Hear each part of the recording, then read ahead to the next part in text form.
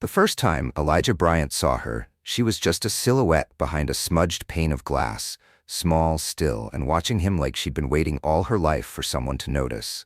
She didn't wave, didn't smile, just stared. And in that moment, under the weight of an unspoken silence, in a garden that once belonged to slaves and now sat behind iron gates, Elijah knew something was wrong. Deeply wrong. The town called it the Maddox estate. The girl? They never mentioned her at all. But that little girl behind the window would change everything. And the man they all feared? He was about to find out what happens when you mess with the wrong old black man. The morning air clung heavy with heat, though the sun had barely cleared the line of cypress trees beyond the back pasture. Out here in Bayou Mercy, Louisiana, the day didn't wait for anyone. Neither did the land. Elijah Bryant bent low under the rusted teeth of a wrought iron trellis, pruning shears in one hand, sweat already trailing down the deep grooves of his neck. At 63, his knees creaked and back ached from years of carpentry and landscaping, but he moved with the steady rhythm of a man who knew every cut had meaning. The Maddox estate on nearly 50 acres, its red clay paths lined with willow oaks and magnolias older than memory. A grand plantation house rose in the middle, like a monument to something folks didn't talk about, at least not in front of Preston Maddox. To everyone in town, Preston was a philanthropist, a pillar. He paid for the new courthouse roof and had his name carved into the library wall. But Elijah had lived long enough to know what folks call a rich white man behind his back meant more than what they called him to his face. He hadn't planned to come back south, not after what happened in Shreveport 10 years ago, but after his wife passed and the city got too loud. He needed quiet. He needed somewhere nobody knew who he used to be. The job came through a cousin's friend, gardener, the paper said. But really, it was groundskeeper, handyman, and stay-out-of-trouble expert rolled into one. Still, the money was good. Too good, if Elijah was being honest. He'd been working here a month before he even saw a glimpse of the girl. It was an accident. He'd been trimming back the wisteria strangling one of the pergolas when he looked up, and there she was. Third-floor window, left side of the house. No curtain, no light. Just her face, barely more than a shadow, staring out like a ghost. She didn't flinch when he spotted her, didn't move, just watched. At first, Elijah thought he imagined it, but the next day, she was there again. And the next, always watching, never waving. He asked no questions, until today. Because today, she was gone. He'd been in the back, digging out a half-dead hydrangea root, when he heard the slam of the front door, followed by the fast, crunching steps of Preston Maddox's Italian leather shoes across the gravel drive. Elijah. The man's voice cut across the yard, sharp, tight. Have you seen Amira? Elijah straightened slowly, brushing dirt from his knees, catching the flicker of something in Preston's eyes. Not worry. Something meaner. No, sir, Elijah replied, keeping his voice low, neutral. Ain't seen her today. She was just in the solarium with Celeste an hour ago. Goddamn girl.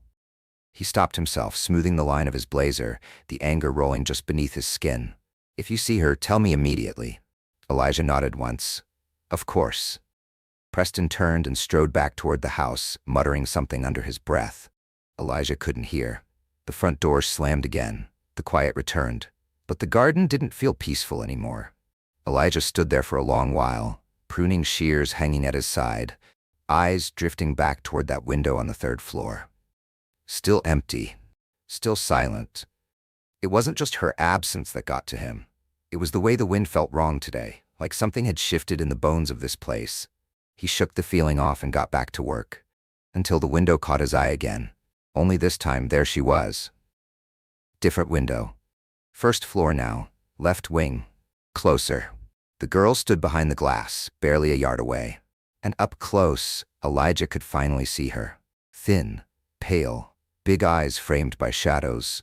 She wore long sleeves despite the heat and a little knit cap that looked too tight around the edges. There was no joy in her gaze, just stillness, like she'd been holding her breath for months. And then, slowly, she lifted her hand and placed it flat against the glass. Elijah looked around, no one else in sight. He walked over, slow, careful. Hey there, he said gently. I'm Elijah. I work the grounds. The girl didn't speak, didn't smile. I seen you before, he continued. You got a name? She hesitated, then pressed her lips to the glass. Her breath fogged it for a second before she whispered, "Amira." Elijah leaned in, his heart catching in his throat. "You okay, Amira?" A pause. Then the smallest shake of her head. "No." Before Elijah could ask more, a blur moved behind her. A woman in a gray apron, dark curls pulled into a bun. The girl jerked back. The woman grabbed her shoulder, gently but urgently, and led her away from the window. Gone. Just like that. Elijah stood still, the echo of that "no" rattling through him like thunder before a storm. He looked back toward the mansion's main doors, toward the silent upper windows and the shuttered guest wing, then down at the dirt still on his hands. He didn't know what was going on in that house, but something was wrong. And that girl, that little girl with the eyes too old for her face, she had just asked him for help the only way she could. With silence, with stillness. And now Elijah Bryant had a choice to make. Go back to digging holes. Or start digging for the truth. Elijah didn't sleep that night.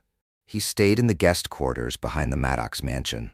A small converted carriage house with 2 rooms and a tin roof that popped like gunfire whenever it rained. It was just past midnight when the first drops began to fall. Elijah sat in the armchair by the window, watching them trail down the glass like teardrops, the memory of Amira's face still etched in his mind. That shake of her head had said more than any scream. It had been years since Elijah let himself get involved in anyone's business. Not since Shreveport. Not since the trial. He'd buried his instincts in dirt and rose bushes, told himself that grief was a kind of loyalty, a silent prayer to his late wife and the daughter they'd lost too young. But that little girl in the window, that wasn't grief. That was danger. And he could feel it creeping through the walls of this place like mildew, quiet, poisonous, and slow. The next morning, the rain was gone, leaving the air thick with steam and the scent of wet pine. Elijah made his way toward the main house. His tools were waiting near the north garden, but he had something else in mind first. He slipped through the side path to the kitchen entrance. Not the grand double doors the Maddox family used, but the staff entrance. It smelled of yeast and heat and oil. Inside, Celeste Renault stood by the stove, her back turned. She was stirring something in a cast-iron pot, shoulders stiff, the sleeves of her uniform rolled neatly to the elbow. Elijah knocked lightly on the doorframe. Celeste jumped, turning quickly. For a second, her face was all instinct and fear. Then she recognized him. "Mr. Elijah," she breathed, pressing a hand to her chest. "You startled me." "Sorry, ma'am," he said gently. "Didn't mean to." Celeste looked toward the hallway, then back at him, voice dropping. "You shouldn't be in here." "I know," Elijah said, stepping in slowly, "but I needed to ask you something." She narrowed her eyes, guarded. "About the girl." Elijah didn't answer. He didn't have to. Celeste let the spoon rest against the side of the pot and lowered the flame. She wiped her hands on a towel and crossed her arms, leaning against the counter. "She came to the window yesterday," Elijah said. "Said her name was Amira. Said she wasn't okay." Celeste's eyes closed, just for a second. When she opened them again, they were rimmed with something that looked like guilt. "She's sick," Celeste whispered. "Real sick." Celeste nodded once, quickly. She used to have a doctor, a private one. Came every week at first, then just once a month. Then, she trailed off. Elijah leaned in. "Then what?" Celeste swallowed. "Then he stopped coming. Mr. Maddox said the treatments weren't helping, that she needed rest, peace. But she got worse." Elijah's jaw tightened. "What's wrong with her?" "Leukemia, I think." She never said the word, but the medicine, the bruises, the fatigue, I seen it before, back when I worked in hospice in Baton Rouge. "Does anyone else know?" Celeste hesitated. "I tried to talk to the housekeeper once. She told me to keep my mouth shut. Said people who talk too much around Mr. Maddox don't stay employed long." Elijah took a breath, the memory of Amira's hollowed cheeks fresh in his mind. He ever hurt her? Celeste shook her head, but not with confidence. Not with his hands, but sometimes that's not the only way. For a moment, the room was quiet except for the low simmer of whatever stew she'd been cooking. Then Elijah asked the question that had been burning in his gut since yesterday. "Where's her mama?" Celeste didn't answer right away. She turned back to the stove, gave the pot a stir, then said quietly, "Dead." Elijah blinked. "How?" She was a lawyer. Big name in New Orleans, but Dad moved here to open a clinic for rural families, mostly black folks. That's how she met him, Maddox. He was on the board. They got married quick. She had Amira already from before. And she died last year. Car accident, that's what they said, but no autopsy, no investigation, just gone. Elijah stared at the cracked tile floor. Something inside him shifted. Not anger, not yet. Just a deep, lead-heavy certainty that nothing about this place was right. You think Maddox did something? Celeste's voice dropped to a whisper. I think the wrong people have too much power, and people like me? She glanced down at her hands. We ain't safe to speak. Elijah took a step back, his mind spinning. If she's really sick, she needs help now. Not next week. Now. Celeste's eyes met his. And what are you gonna do? Call the cops? She let out a bitter laugh. Half of 'em eat dinner at his table on Sundays. Elijah didn't answer. He didn't need to. He turned to leave. Just before he reached the door, Celeste called out softly. Mr. Elijah. He looked back. She watches for you, you know.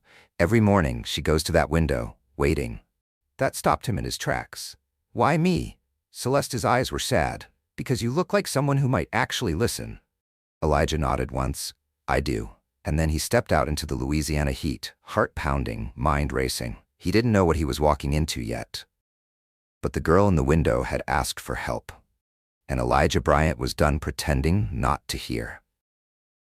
By the time Elijah reached the eastern wing of the estate, the sun was high enough to bleach the sky white, its heat pressing like judgment against his back. He wiped sweat from his brow, but it wasn't just the weather that had him burning. He needed to see for himself. Celeste's words clung to him like the humidity, about Amira's mother, the vanished doctors, the silence threaded through the house like piano wire. He didn't want rumors. He wanted proof. Something he could hold in his hand. The east wing was rarely used. Elijah knew that, because the grass grew taller along its brick foundation, and the dust on the window panes looked older than a season. He also knew that Preston Maddox used the space for storage, which meant locked doors and staff not permitted signs that no one dared question. But Elijah had built houses from the bones up. He understood how they breathed and how to slip past what they tried to hide. Behind the hedge wall, near the servants' stairwell, there was a narrow garden access that opened directly into the east corridor. He'd noticed it during his first week, an old cellar-style door masked behind ivy and rust. Yesterday, he'd cleared it by accident. Today, he slipped through it. The air inside hit him like a wet rag, moldy, heavy, still. The corridor smelled of damp paper and something fainter, like bleach and lemon. Elijah moved quiet, footsteps soft on the warped floorboards. The first door he tried was locked, so was the second. The third creaked open. It was a small office, maybe once used for estate accounting. A narrow desk sat under a dusty window, its wood warped from years of moisture. There were cabinets along one wall, filing drawers, labeled in handwriting that looked old but careful.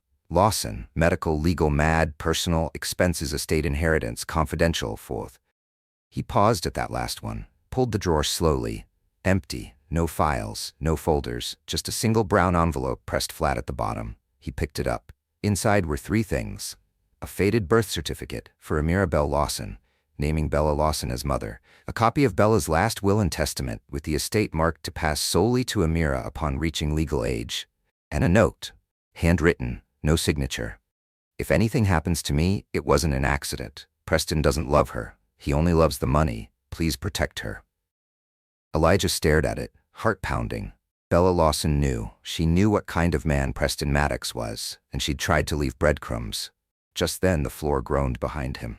Elijah spun. No one. Just the house settling, breathing its secrets through the walls. He quickly folded the note and papers back into the envelope and tucked it inside his shirt. On instinct, he checked one more drawer, the one marked medical. There, among old prescriptions and blood work forms, he found a half-empty vial. Prednisone, expired. Minoxidil, still sealed, for hair regrowth, not treatment. And a printout, an email chain from over 7 months ago, from Dr. Helen Tran to Preston Maddox. Subject urgent, termination of treatment. Mr. Maddox, after multiple attempts to resume Amira's chemo schedule and follow-up scans, we have been met with canceled appointments and lack of cooperation. I am legally obligated to inform you that further neglect could be considered medical endangerment. Please contact my office immediately. There were no replies. Elijah's breath caught in his throat. He wasn't imagining it. Amira wasn't just sick. She was being denied the right to get better, and nobody had done a damn thing about it. He slid the email into the envelope too and backed out of the room, closing the door gently behind him. The house seemed to hum now, alive with the sound of withheld truth. As Elijah moved back toward the servants' stairwell, voices echoed faintly from the floor above. He stopped, pressed himself flat against the wall. "You're being too lenient," came Preston's voice, sharp, clipped. "She speaks to the help now. She needs stricter boundaries." A pause, then Celeste's voice, soft but firm. "She's a child. She needs kindness, not isolation." "Kindness?" Preston laughed, cold. "You know what kindness got our mother? Dead in a ditch. Don't preach to me about kindness." Elijah's blood turned to ice. "Dead in a ditch?" The official report said Bella died in a rollover crash on Route 9. But the rumor in town was the body was cremated within 48 hours. No autopsy, no investigation.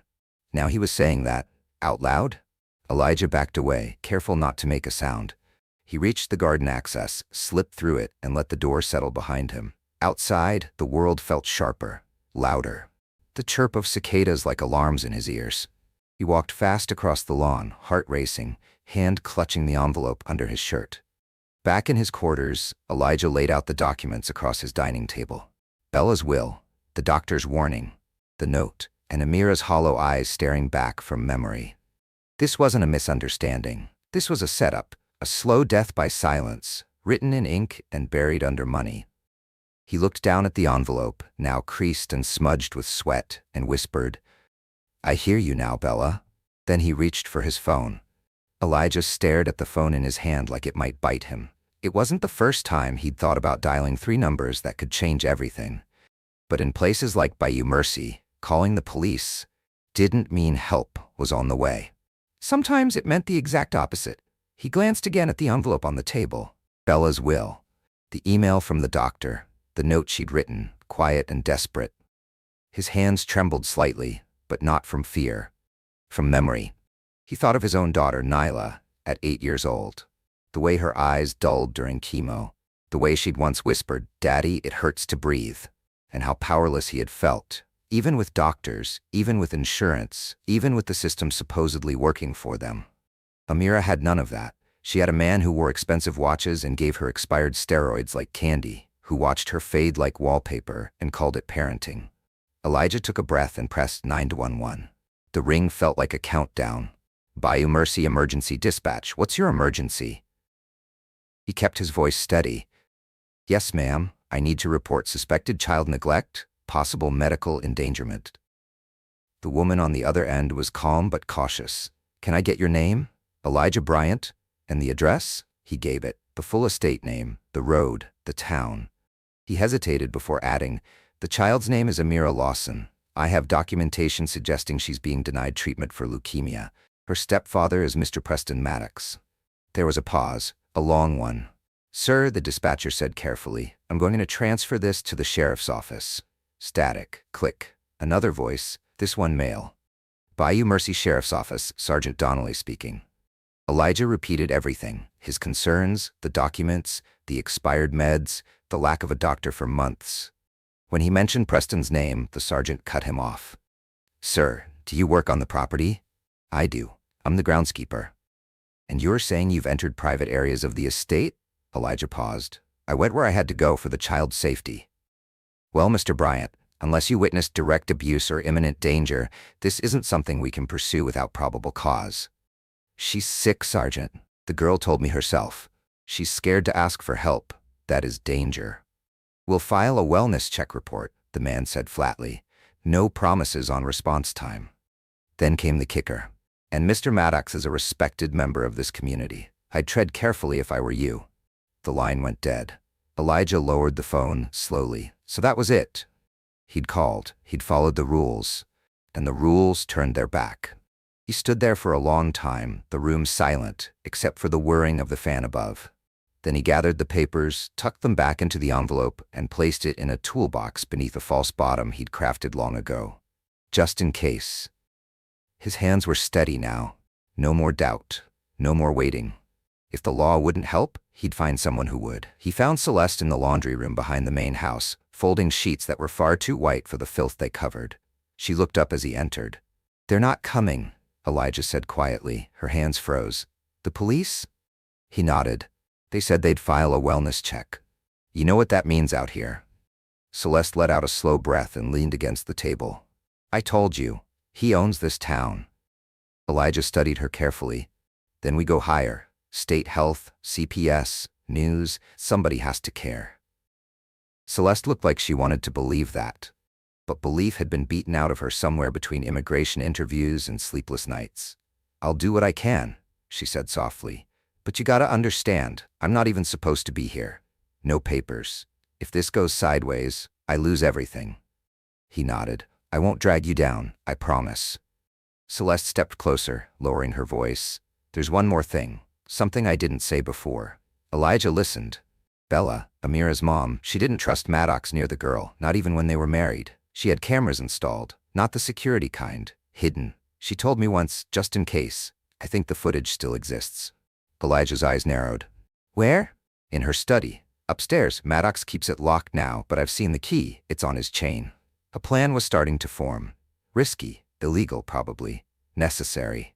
But before he could speak again, a voice rang through the hallway behind them. "Elijah?" It wasn't Celeste. It was small. Faint. He turned. And there she was. Amira. Standing alone in the hallway, her beanie crooked, oversized pajama top hanging off her shoulder like a worn flag. She looked thinner than she had the day before, and she was crying. I tried to sleep," she said, "but it hurts when I breathe. I told him, but he just gave me more of the pills." Elijah moved fast, kneeling in front of her. "You in pain right now, sweetheart?" She nodded. "In here." She touched her chest. "Feels like drowning." That was enough. Elijah stood, his voice steady but his hands clenched. "We're done waiting." Celeste stepped back, afraid. "What are you gonna do?" "What no one else will." He lifted Amira gently into his arms and walked out the door. The gravel crunched beneath Elijah's boots as he moved down the long driveway with Amira cradled in his arms. She was so light it didn't feel right. A child her age should have had the weight of laughter and sunshine in her bones, not this frailness, this eerie stillness that made Elijah feel like he was holding smoke. Behind him, Celeste stood in the doorway, one hand covering her mouth, the other gripping the edge of the doorframe like it might collapse beneath her. "You know he's gonna come after you," she whispered. Elijah paused halfway to the gate and turned his head. "Let him." She didn't answer. But before she shut the door, she said softly, "She always asked if someone would come for her. Now I can say yes." And then she was gone.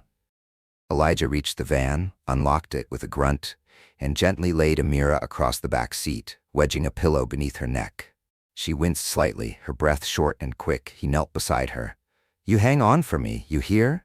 We're going to the clinic." She nodded weakly, clutching his hand like it was the last anchor she had. As he started the engine and pulled away from the estate, Elijah checked the rearview mirror once, half expecting a black SUV or sheriff's cruiser to tail him down the road. But for the moment, the road was his. Bayou Mercy's only urgent care clinic was 15 minutes away, if the lights were kind. But they weren't. By the time Elijah pulled into the cracked asphalt lot of the St. Evangeline Parish Clinic, Amira was sweating through her sleeves. Her lips were pale. Her eyes fluttered open, then closed again. He lifted her in his arms, walked through the glass doors, and shouted louder than he had in years. "I need help here. Now." The nurse at the front desk looked up from her clipboard, startled, until she saw the child in his arms. Within seconds, the triage team emerged. Gurney, gloves, EFI carts. "What's her name?" "Amira Lawson," Elijah answered, his voice hoarse. "What's she being treated for?" "She isn't. That's the problem." They rushed her behind the curtain. Elijah followed until a nurse with kind eyes placed a hand on his chest. "Sir, we need space to work." He hesitated, then nodded, stepping back, fists clenched. He watched the curtain close behind her and waited. 10 minutes passed, then 20, then 30. The nurse finally came back. "She's stable, for now," she said gently. "But whoever's been caring for her has been grossly negligent. Her white blood cell count is dangerously low. She's malnourished, anemic, and there's fluid in her lungs." Elijah swallowed the lump in his throat. "Is it too late?" The nurse hesitated. "It's not too late, but it's close. Another few weeks without treatment and..." She didn't finish the sentence. Didn't need to. He looked her in the eye. I want a report, a full one, with your signature, for CPS, or whoever else needs it. You'll get it. As she turned to leave, Elijah added, and I want to know if she's still legally under the care of Preston Maddox. The nurse paused. I'll ask the attending. But if she was brought in by you and there's suspicion of neglect, we're required to contact Child Protective Services immediately. Good, Elijah said. Do it. He stepped into the waiting room, pacing like a man standing on a fuse. The front door opened 5 minutes later. It wasn't CPS, it was him. Preston Maddox, in a gray tailored suit with a sheen of sweat on his brow, eyes scanning the room like a wolf looking for something that had dared bite him. His gaze landed on Elijah. Elijah, he said, voice dangerously calm. What the hell do you think you're doing? Elijah didn't move. She needed help, she asked. You didn't listen. She's my daughter? She's not, Elijah cut him off. She's Bella's daughter, and Bella left you everything but her trust. That girl doesn't need a man with a checkbook. She needs a father who sees her. Preston took a step forward. You're fired, and you're going to jail. Elijah smiled grimly. You go ahead and try. Preston lunged, not with fists, but with fury, towering over Elijah with years of entitlement, unchecked rage behind his clenched jaw. That's when the nurse returned, and with her, a uniformed CPS agent, dark blazer, clipboard in hand. Mr. Maddox? She asked. Preston turned, startled. Yes. My name is Rosa Delgado.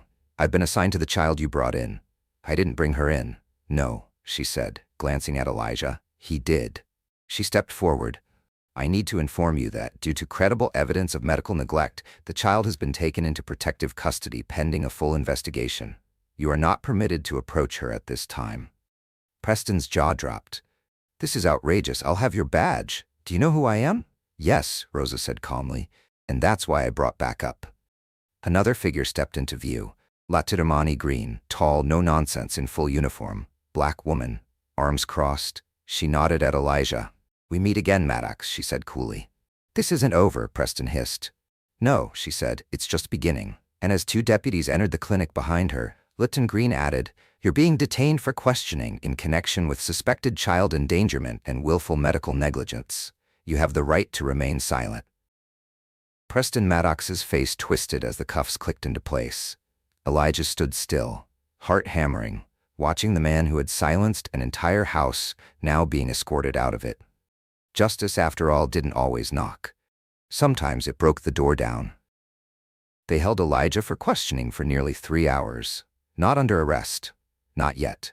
But every question they asked felt like it was dipped in suspicion.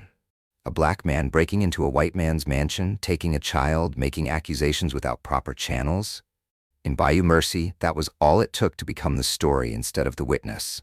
Lotta Ermani Green was the exception. She was deliberate, cool-headed, professional, but she also listened, really listened. When Elijah laid out the envelope of documents, the will, the note, the emails, the expired medication, she didn't raise an eyebrow. She took each piece of paper as if it weighed more than it looked. After he finished, she tapped her pen once, twice, 3 times, and then said, We need a warrant. I already went through the office, Elijah said. Not legally, not officially. You want me to sit on my hands while he buries the rest of the evidence? Green didn't flinch. I want you to let me do this right. If we mess up the chain of custody, this whole case burns before it hits court. Elijah looked down at his hands, scarred, dirt-stained, trembling with the weight of too many ghosts. You don't know men like him, he said softly. They'll twist the truth until the bones don't recognize themselves. Green leaned forward. That's why we do it by the book, because that's the only way it holds. Elijah exhaled, sat back, nodded once. Outside the interrogation room, Rosa Delgado, the CPS worker, was speaking quietly on the phone. When she hung up, she approached Green and handed her a folder.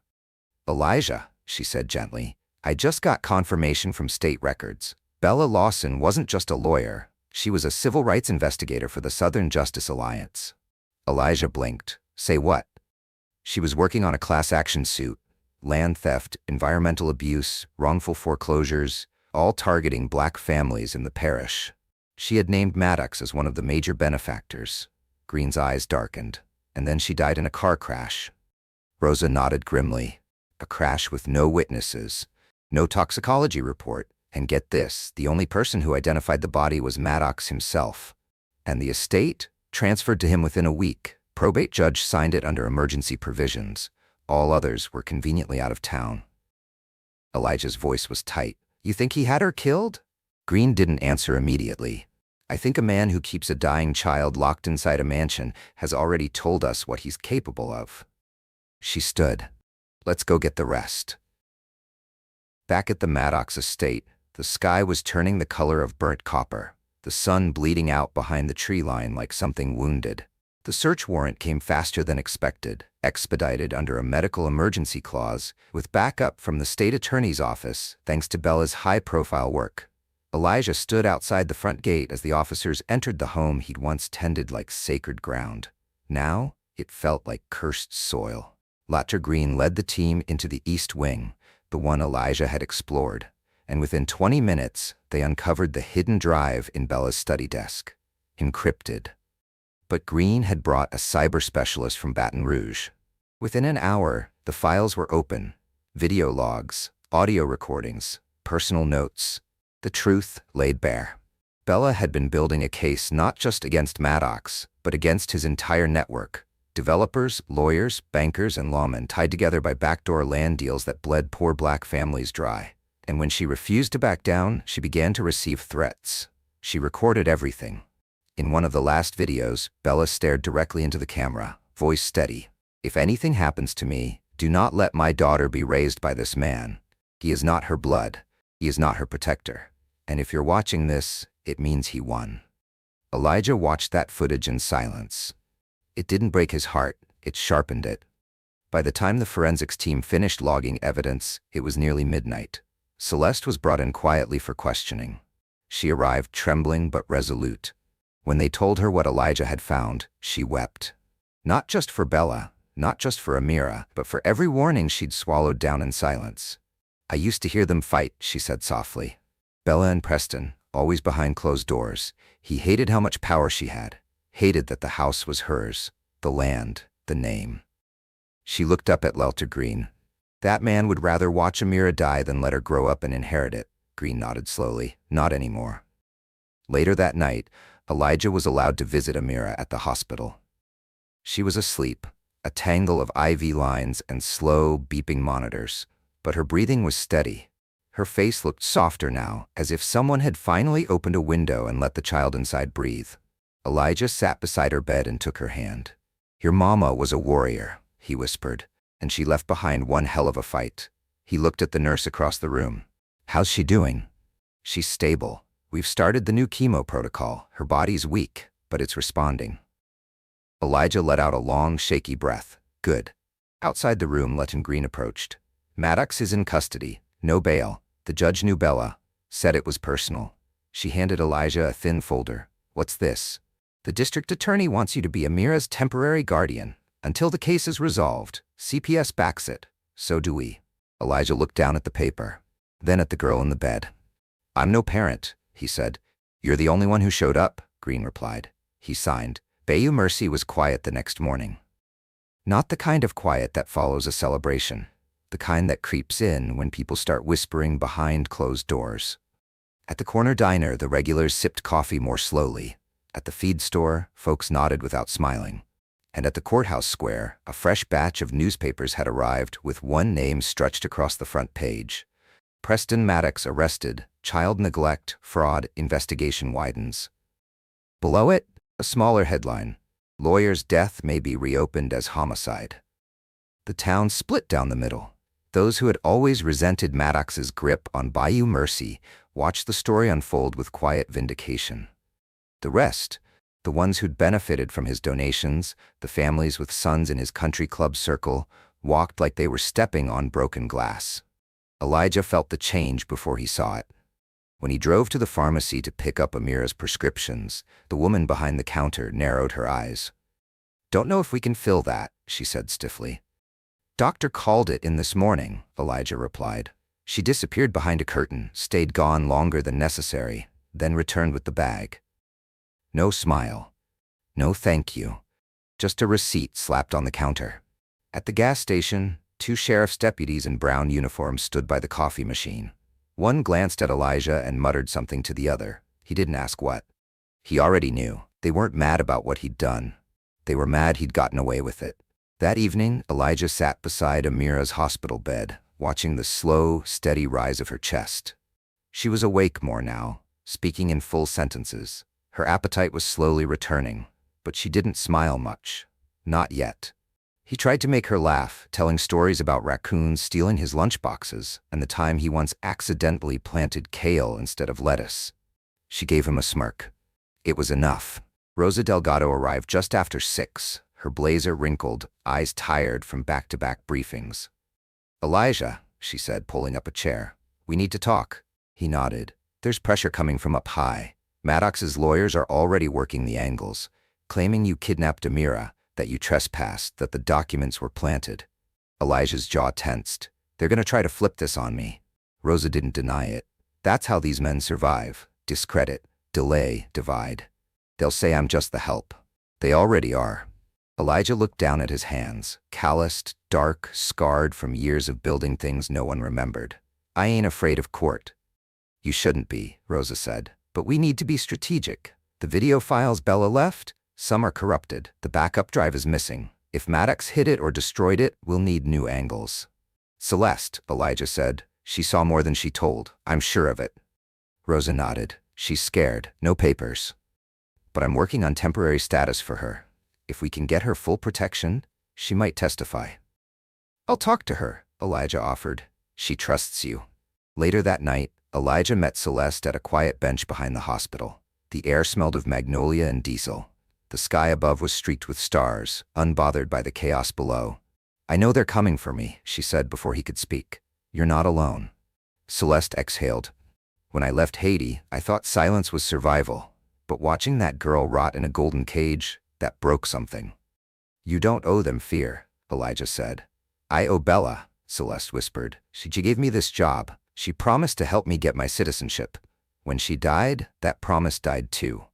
Elijah handed her a folded document. "Rosa's working on expedited witness protection. You speak. We cover you." Celeste held the paper like it was sacred. "She had a backup drive," she said suddenly. "Bella, she told me once she didn't trust putting everything in one place. Said if something happened, look behind the book she never finished." "What book?" "She used to read The Fire Next Time, James Baldwin. Always said she never got past chapter 1, too close to the truth. That's the one."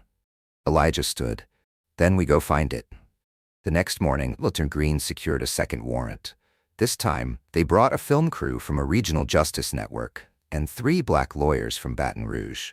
Inside Bella's study, they found the book, and behind it, tucked in a false compartment, the second hard drive, encrypted. But not for long. The contents were worse than expected. Audio files of Maddox speaking openly about suppressing Bella's work, phone logs tying him to corrupt judges and deputies, financial records showing payments to the very sheriff who once brushed off Elijah's call for help, and a chilling final clip. A conversation between Maddox and an unknown voice. "Voice, if she won't back off, accidents happen. Just make sure it doesn't come back to me." That night, as Elijah watched the news scroll across the hospital television, he saw Maddox's lawyer resign mid-case.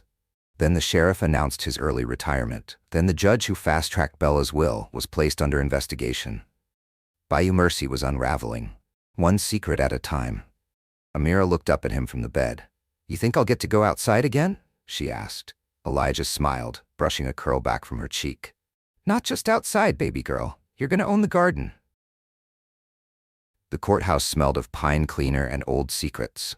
Elijah had been in a few courtrooms before, once as a contractor suing for unpaid labor, once as a father begging for better care in a custody hearing before Nyla passed.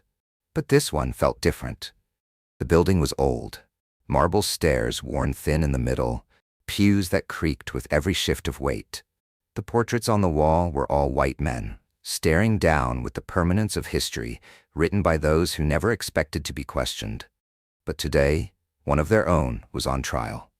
Preston Maddox sat at the defendant's table, hands clasped, suit crisp.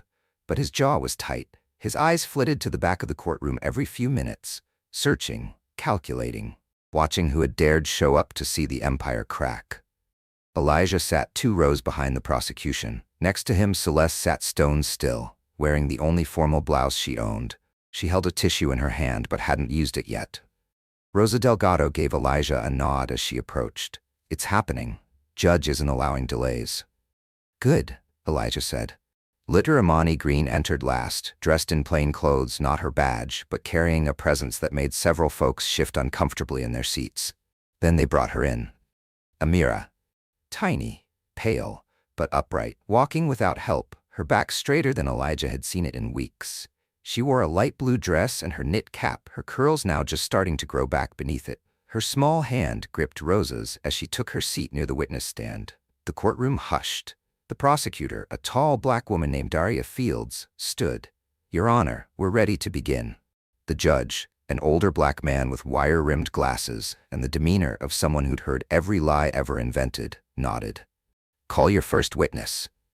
Celeste Renaud took the stand first. She spoke slowly, carefully. Her accent thickened when she got nervous, but her words didn't waver. "He stopped the treatments. First once a week, then not at all. When I asked, he said she'll be fine with time. But she wasn't fine." "And you say the mother, Bella Lawson, expressed concern before her death?" "Yes, many times. She feared for her daughter. She told me, if anything happens to me, don't trust Preston." "Why didn't you come forward sooner?" Celeste swallowed. "Because women like me get deported for telling the truth." The courtroom went still, except for Maddox's lawyer, who stood abruptly. "Objection. Emotional manipulation." The judge didn't even look up. Overruled. Next was Elijah. He told the whole story, from the first time he saw Amira at the window to the moment she ran into his arms, how she described the pain in her lungs, the fatigue, how Preston threatened him, how he'd called the police and been brushed off. He finished by placing Bella's note on the stand. Daria held it up. "If anything happens to me, it wasn't an accident."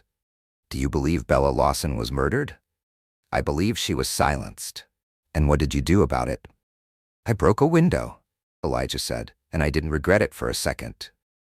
There were murmurs in the room. Even the judge cracked a small smile. But the silence deepened when Amira was called. She walked slowly to the witness chair, looked too small for it. The bailiff handed her a microphone and the judge leaned forward. "Do you understand what it means to tell the truth, little one?" Amira nodded. "Yes, sir." "And will you do that for us today?" "Yes, sir." Daria knelt beside her. "Amira, can you tell us what happened the night Mr. Elijah took you from the house?" The courtroom tensed. Amira's voice was soft, but clear. "My chest hurt. I couldn't breathe. I told my daddy, my stepdaddy, and he said it would go away. He gave me bitter pills, but it got worse." "Did any doctors come to check on you?" "No." "Did your nanny try to help?" "Yes." "Did Mr. Elijah help you?" A long pause, then a nod. "He saved me." "And did your mother ever say anything to you about your stepfather?" Amira blinked, then nodded again. "She said he didn't love me, only the house. She said she was going to send someone to help us leave." There was a gasp in the crowd. Daria stood. No further questions.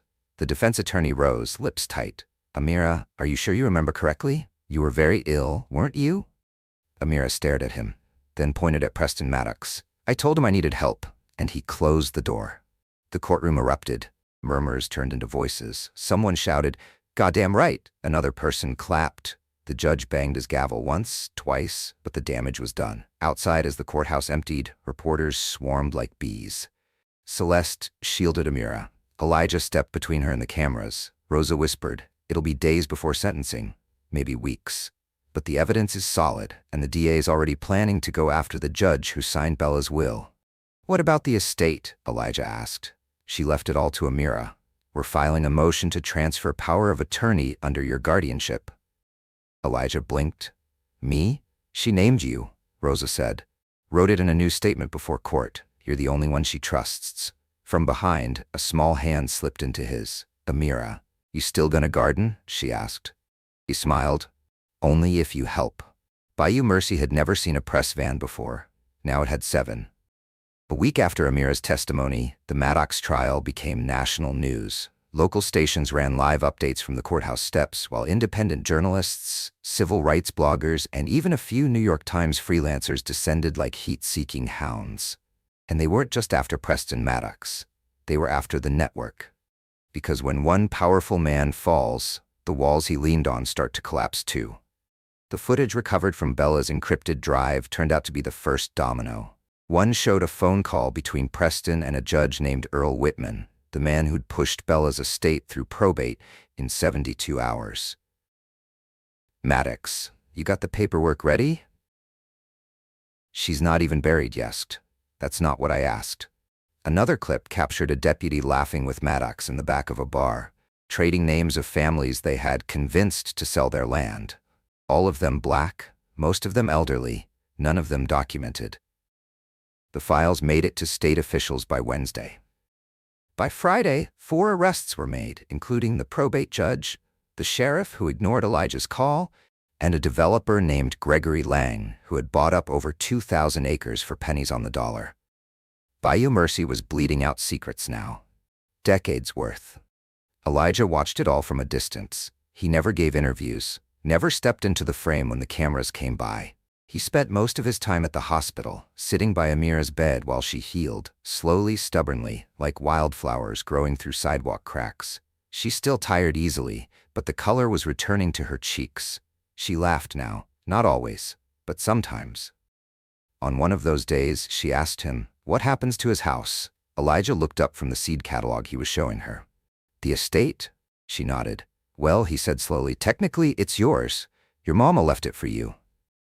But I don't want it." Elijah set the book down. "Then we turn it into something better." And they did. With help from Rosa and a local activist network, the Maddox estate was converted into the Bella Lawson Center for Justice and Healing. The front parlor became a legal clinic. The dining room, once used to wine and dine developers, was now a resource hub for land reparation claims. And the garden? Elijah took that back. But this time, Amira helped. They grew sunflowers and mint, tomatoes and lavender, roses in the shape of spirals, a patch of kale for good luck. Celeste became the head of wellness services, overseeing a small counseling staff for women and girls affected by abuse and power-based violence. No one called her the help anymore. The day of Maddox's sentencing arrived under gray skies. The courtroom was packed. But this time, it felt different. Not tense, not scared, resolved. Judge Harmon, one of the few local judges not tied to Maddox, read the charges aloud. Child endangerment, medical neglect, fraud, conspiracy, tampering with evidence, attempted obstruction of justice. Each one landed like thunder in the room. Preston sat stiffly, jaw tight, eyes hollow. The judge didn't flinch. In light of the evidence and the profound breach of ethical, legal, and parental responsibility, this court sentences you to 47 years in state prison. Gasps rippled across the room. Maddox didn't speak, didn't look at Amira, didn't even glance at Elijah, just stared straight ahead like the future had already stopped existing. Outside, the air smelled like rain. Reporters surged forward, microphones waving. Elijah stepped out beside Amira, one hand protectively on her shoulder. But before anyone could speak, she stepped forward, just one step, and said clearly, simply, "He tried to bury us, but we grew anyway." The cameras clicked, the crowd hushed. Then came the applause. That night, Elijah stood alone in the garden. The wind moved softly through the trees. Somewhere behind the house, music played faintly, one of Amira's favorite songs. Celeste was inside, preparing tea. Rosa sat with a new family applying for services. The estate was alive now. He knelt beside a small stone plaque at the base of the oldest oak, planted it himself that morning. It read, "In memory of Bella Lawson. Mother, fighter, she planted truth where others buried it." He brushed a leaf from its edge. "I kept my promise," he whispered. Behind him, Amira ran barefoot across the grass, her laughter cutting through the dusk. And for the first time in years, Elijah Bryant let himself smile. Fully, without grief gnawing at the edges. Justice hadn't come easy, but it had come. And it would grow here, from the soil up. Summer came late to Bayou Mercy that year. The rains stretched longer than usual, soaking the ground and slowing the work at the Bella Lawson Center. But Elijah didn't mind. He said things that grew slow lasted longer. Amira called him old when he said that, then hugged him anyway.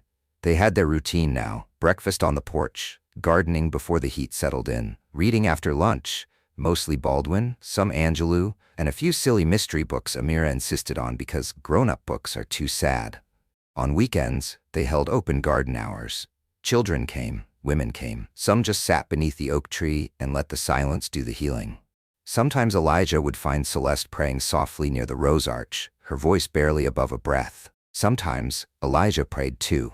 He wasn't sure if God listened to men like him anymore, but he prayed anyway, mostly for Amira. One Sunday, just after dawn, Elijah stood in the kitchen peeling sweet potatoes for a stew. The back door creaked open. Amira stepped in. She was taller now, stronger. The treatments had finished 3 weeks ago, and the doctor said her last tests were clean. She would still need checkups for a few years, but the worst was over. Elijah had wept when he heard the words. Now, as she padded across the tile floor barefoot, he knew something was different. The way she moved, the quiet set in her jaw. "Can we go somewhere today?" she asked. He looked up. "Where?" "Cemetery." He stopped peeling. "You sure?" She nodded. They drove 30 minutes north past the edge of town, through old sugarcane fields and into a hillside graveyard almost lost to weeds.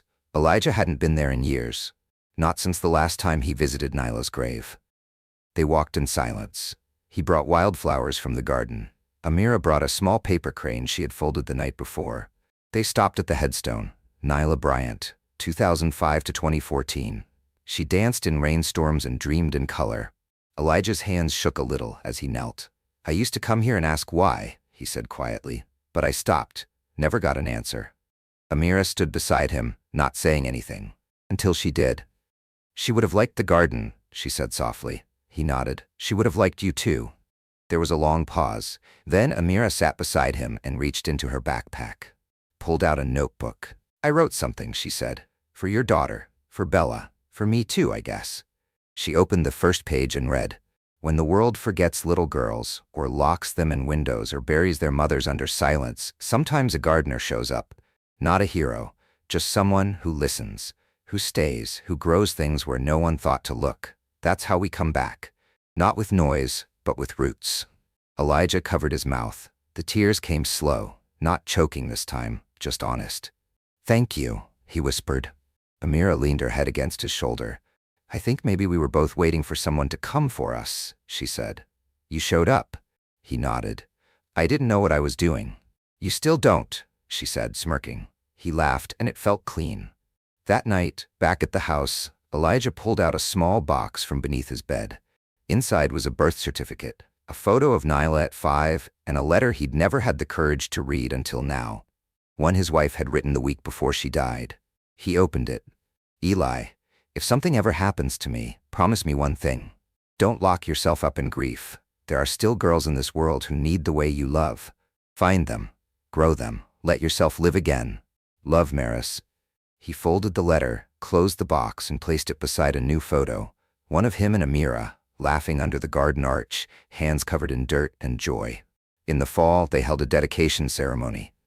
The center was officially named a state-recognized sanctuary for at-risk youth and families affected by systemic neglect. Elijah didn't speak at the podium. Amira did. She wore a yellow dress and spoke without notes. She told them about her mother, her illness, her fear. Then she pointed to Elijah in the front row. And then he came. He wasn't loud. He wasn't famous. He just listened. He stayed. And he gave me back something I didn't even know I'd lost. The right to hope. Applause came like thunder, and for the first time in Elijah Bryant's long, quiet life, he let himself be seen. That night, under the stars, she called him Dad. Just once. Just soft. But it bloomed in him like spring, and he said, "Yeah, baby girl, I'm here."